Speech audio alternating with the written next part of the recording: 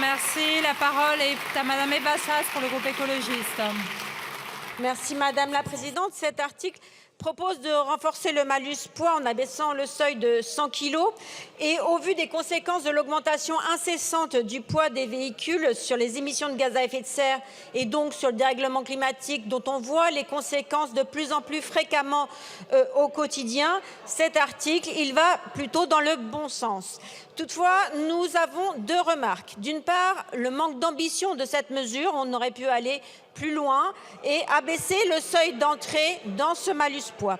Mais surtout, je voudrais insister sur le fait que les écologistes défendent une fiscalité écologique bonus-malus, c'est-à-dire qui pénalise les comportements néfastes pour le climat, mais qui récompense aussi ceux qui sont engagés dans la transition écologique et les produits vertueux.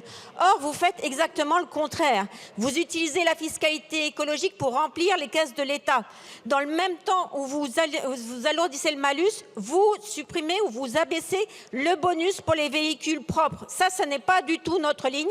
Nous souhaitons récompenser les produits qui sont les plus vertueux.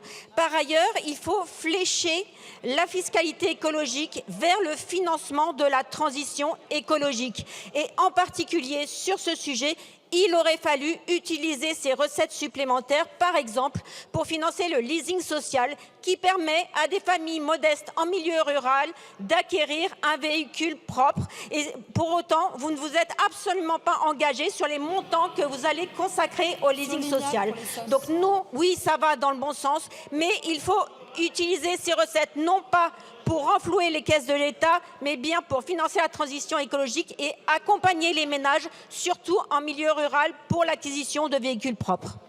Je vous remercie, Monsieur Sansu, pour le groupe GDR.